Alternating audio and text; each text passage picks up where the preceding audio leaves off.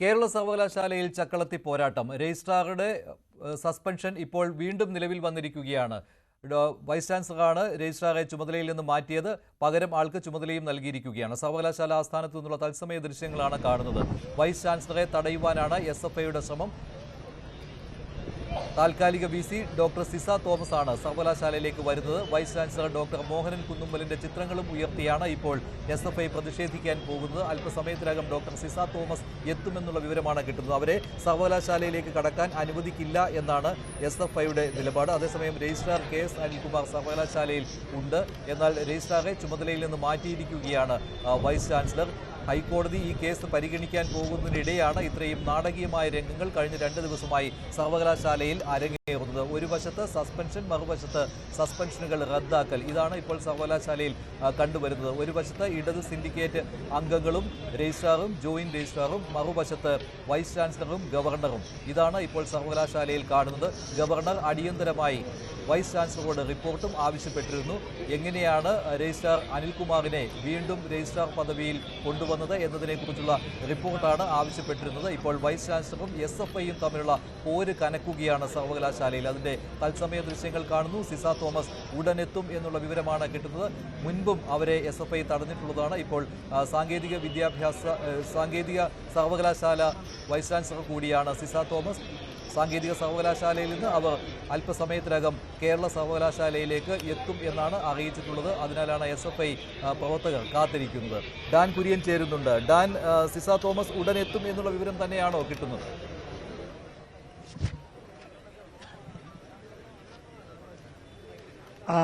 മഞ്ജുഷ്, വലിയ പ്രതിഷേധത്തിനുള്ള തയ്യാറെടുപ്പാണ് SFI നടത്തിക്കൊണ്ടിരിക്കുന്നത്. അതിന്റെ ഭാഗമായി തന്നെയാണ് പ്രധാന കവാടത്തിലേക്ക് വനിതാ പ്രവർത്തകർ ഉൾപ്പെടെ സംഘടിച്ചെത്തുന്ന ഒരു സാഹചര്യം ഉണ്ടായിരിക്കുന്നത്. ഡോക്ടർ മിനി കാപ്പനോ അതോടൊപ്പം തന്നെ വൈസ് ചാൻസലർ ചുമതലയുള്ള ഡോക്ടർ സിസ തോമസ് ഇവിടേക്ക് എത്തിയാൽ കടത്തിവിടില്ല, അങ്ങനെ കടുത്ത പ്രതിഷേധം തങ്ങളുടെ ഭാഗത്തുനിന്ന് ഉണ്ടാകുമെന്ന് മാധ്യമങ്ങളോട് തന്നെ പരസ്യമായി വ്യക്തമാക്കിയിരിക്കുകയാണ് SFIയുടെ ഭാരവാഹികൾ. അതുകൊണ്ട് തന്നെയാണ് പോലീസ് ഇത്തരത്തിലൊരു സുരക്ഷ പ്രധാന കവാടത്തിൽ ഒരുക്കുന്ന ഒരു സാഹചര്യം ഉണ്ടായിരിക്കുന്നത്. ഡെപ്യൂട്ടി പോലീസ് കമ്മീഷണർ ഉൾപ്പെടെയുള്ള ഉന്നത ഉദ്യോഗസ്ഥർ കൂടി സ്ഥലത്തെത്തിയിട്ടുണ്ട്. കൂടുതൽ പോലീസ് ഉദ്യോഗസ്ഥരെ ഇവിടേക്ക് വിന്യസിച്ചുകൊണ്ട് പ്രതിഷേധങ്ങളെ നിയന്ത്രിക്കാനുള്ള അല്ലെങ്കിൽ പ്രതിഷേധങ്ങൾക്ക് തടയിടാനുള്ള നീക്കം പോലീസിന്റെ ഭാഗത്തുനിന്ന് ഉണ്ടാകുന്നു. പക്ഷേ വിട്ടുവീഴ്ചയ്ക്കില്ലെന്ന നിലപാടിൽ ഡോക്ടർ സിസ തോമസ് ഉറച്ചു നിൽക്കുകയാണ്. ഷിജുഖാൻ പുറത്തേക്ക് വരുന്നുണ്ട്. ഒരുപക്ഷെ ഏതെങ്കിലും തരത്തിലുള്ള പ്രതികരണങ്ങൾക്ക് തയ്യാറാകുമോ എന്നതാണ് അറിയാനുള്ളത്. കോടതിയുടെ പരിഗണനയിരിക്കുന്ന വിഷയമായതിനാൽ ഇപ്പോൾ കൂടുതൽ പ്രതികരണങ്ങൾക്കില്ല എന്നായിരുന്നു ഷിജുഖാൻ നേരത്തെ ഇവിടേക്ക് എത്തിയപ്പോൾ പ്രതികരിച്ചത്. അതുകൊണ്ട് ഇനി എങ്ങനെയായിരിക്കും തുടർ നീക്കങ്ങൾ എന്നതാണ് ഒരു വ്യക്തത കൈവരാനുള്ള കാര്യം. എന്തായാലും അല്പസമയത്തിനകം ഈ കാര്യത്തിൽ ഒരു വ്യക്തത കൈവരും. ഇതുമായി ബന്ധപ്പെട്ട് ഏത് തരത്തിലായിരിക്കും സിസ തോമസിന്റെ ഭാഗത്ത് നിന്ന് ഈ അടിയന്തരമായ റിപ്പോർട്ട് ഗവർണർക്ക് സമർപ്പിക്കുമ്പോൾ ഗവർണർ ഈ വിഷയത്തിൽ സ്വീകരിക്കുന്ന നിലപാട് കൂടി വലിയ ചർച്ചകൾക്ക് വഴിവെച്ചിരിക്കുകയാണ്. കാരണം ചാൻസലർ കൂടിയായ ഗവർണർ സിസ തോമസിന്റെ നടപടി ശരിവെക്കുന്ന ഒരു സാഹചര്യം ഉണ്ടായാൽ അത് കൂടുതൽ പ്രതിസന്ധിയിലേക്ക് കാര്യങ്ങൾ എത്തിക്കും. ചുരുക്കി പറഞ്ഞാൽ ഇതൊരു നിയമ പോരാട്ടത്തിലേക്ക് തന്നെ വഴി തുറക്കുകയാണ്. വൈസ് ചാൻസലർ ഒരു വശത്തും സിൻഡിക്കേറ്റും രജിസ്ട്രാറും അതോടൊപ്പം ജോയിന്റ് രജിസ്ട്രാറും മറുവശത്തും കൊമ്പ് കോർക്കുന്ന ഒരു അസാധാരണമായ സാഹചര്യം നേരത്തെ സാങ്കേതിക സർവകലാശാലയിൽ ഉണ്ടായതിന് സമാനമായ തരത്തിലുള്ള ഒരു സാഹചര്യം ഇപ്പോൾ കേരള സർവകലാശാലയിലും ഉരുത്തിരിഞ്ഞിരിക്കുന്നു. അവിടെ കോടതിയുടെ ഭാഗത്തുനിന്നുണ്ടാകുന്ന ഇടപെടൽ തന്നെയായിരിക്കും ഏറ്റവും നിർണായകമായി മാറുക. അവിടെ സിൻഡിക്കേറ്റിന് അനുകൂലമായ ഒരു നിലപാട് സ്വീകരിക്കുമോ അതോ വൈസ് ചാൻസലർ എടുത്ത തീരുമാനത്തിന് കോടതിയുടെ പിന്തുണ ലഭിക്കുമോ? ഈ കാര്യത്തിലാണ് ഇനി ഒരു വ്യക്തത കൈവരാനുള്ളത്. എന്തായാലും ഡാൻ, ഇവിടെ നേതാക്കളുമായിട്ട് പോലീസ് സംസാരിക്കുന്നുണ്ട്. അനിഷ്ട സംഭവങ്ങൾ ഒഴിവാക്കുവാൻ പോലീസ് ശ്രമിക്കുന്നു. SFI നേതാക്കളുമായിട്ട് ഷിജു ഖാൻ, അദ്ദേഹം സിൻഡിക്കേറ്റ് അംഗം കൂടിയാണല്ലോ, സംസാരിക്കാനും പോകുന്നുണ്ട്. പക്ഷേ SFI നിലപാടിൽ നിന്ന് മാറ്റം വരാൻ സാധ്യത കാണുന്നില്ലല്ലോ. ഒരു പ്രതിഷേധം അവിടെ എന്തായാലും ഉണ്ടാകുമെന്നാണല്ലോ. ഒരു തരത്തിലും ഒരു അയവും വിട്ടുവീഴ്ചയും പ്രതിഷേധക്കാരുടെ ഭാഗത്തു നിന്ന് ഉണ്ടാകാനിടയില്ല. കാരണം കഴിഞ്ഞ ഏതാനും ദിവസങ്ങളായി ഇതേ വിഷയം രൂക്ഷമാകുന്നതിന് മുമ്പ് തന്നെ വലിയ തരത്തിലുള്ള പ്രതിഷേധമാണ് ഉയർത്തിയത്. അപ്പോൾ ഇത്തരത്തിൽ കൃത്യമായ മുന്നൊരുക്കങ്ങളോടെ തന്നെയാണ് SFI പ്രവർത്തകർ ഇവിടേക്ക് എത്തിയതെന്ന് വേണം നിലവിൽ ഈ ഫ്ലെക്സുകൾ ഉൾപ്പെടെ ഇവിടെ സ്ഥാപിച്ചതിൽ നിന്ന് നമുക്ക് മനസ്സിലാക്കാൻ. അതായത് ഗവർണറുടെ പിന്തുണയോടെ രാഷ്ട്രീയം കളിക്കുകയാണ് വൈസ് ചാൻസലർ എന്ന ഒരു പ്രചാരണമാണ് SFIയുടെ ഭാഗത്തുനിന്ന് ജീവനക്കാരുടെ സംഘടനകളുടെ ഭാഗത്തുനിന്ന് നിന്നൊക്കെ ഉയരുന്നത്.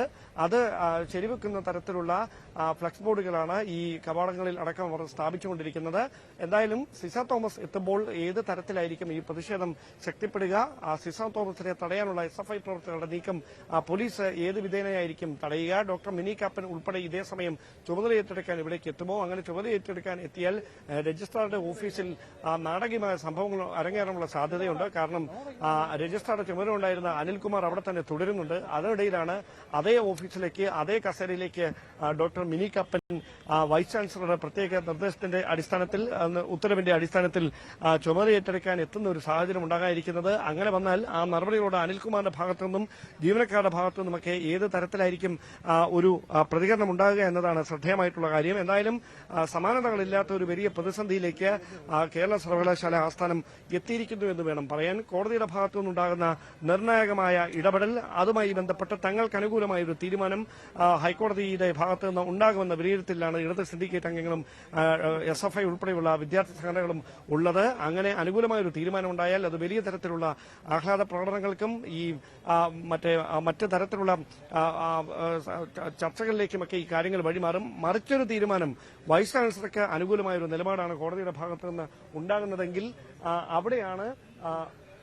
അവിടെയാണ് ഇതിൽ ഏറ്റവും ശ്രദ്ധേയമായിട്ടുള്ള ഒരു ഇടപെടൽ.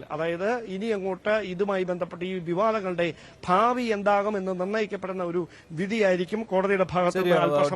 യാതൊരു സംശയമില്ല, കോടതിയാണ് ഇക്കാര്യത്തിൽ ഒരു നിലപാടെടുക്കേണ്ടത്. കോടതി എന്ത് തീരുമാനമാണ് എടുക്കുന്നത് എന്ന് നിർണായകമായി മാറുകയാണ്. അതേസമയത്ത് തന്നെയാണ് സർവകലാശാല ആസ്ഥാനത്ത് കസേരകളി തുടരുന്നത്. ഒരേ പോസ്റ്റിൽ തന്നെ 2 പേരാണ് ഇപ്പോൾ ഉള്ളത്. രജിസ്ട്രാറായിട്ടും 2 പേർ, ജോയിന്റ് രജിസ്ട്രാറായിട്ടും 2 പേർ. ആരാണ് സസ്പെൻഷനിൽ എന്ന് അറിയാൻ പറ്റാത്ത ഒരു സാഹചര്യമാണ് കേരള സർവകലാശാല ആസ്ഥാനത്ത്. ബാക്കി കോടതിയുടെ പരിഗണനയിലേക്കാണ് വരാൻ പോകുന്നത്.